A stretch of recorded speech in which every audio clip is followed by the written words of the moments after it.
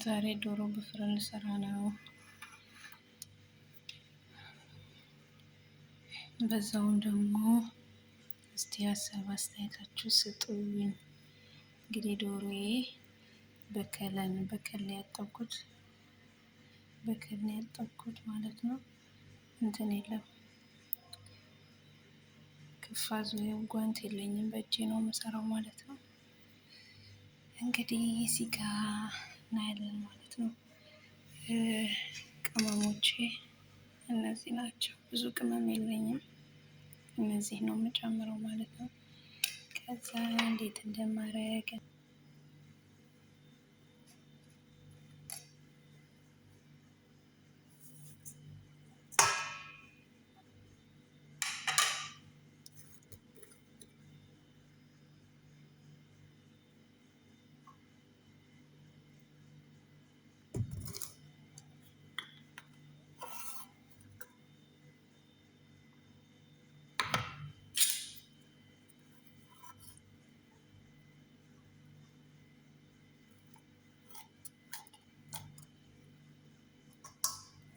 ከዛ እናደባልቃለን።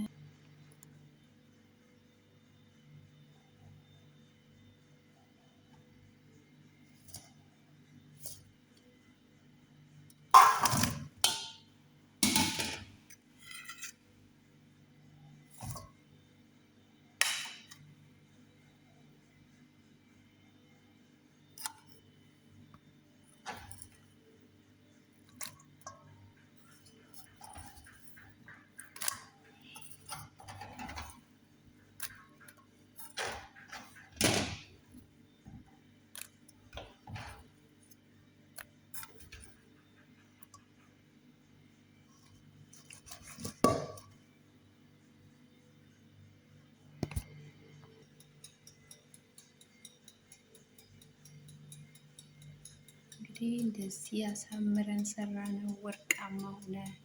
ያው ድንቹ ምኑ ሁሉን ዙሪያ ሲያስኩት ዶሮ ቀይ ሆኖ ጥብስ ብሎ እንዲበስል ስለምፈልገው ማለት ነው።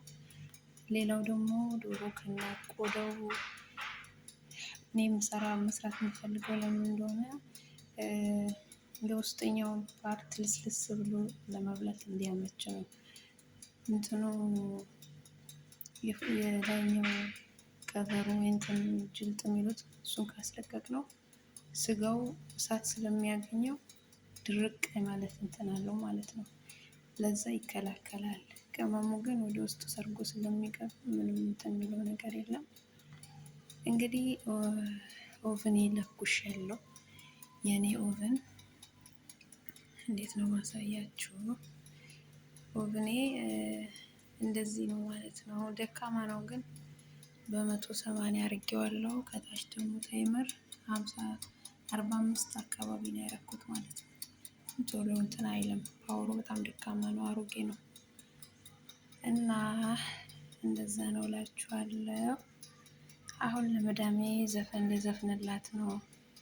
ምክንያቱም እሷ ጠዋት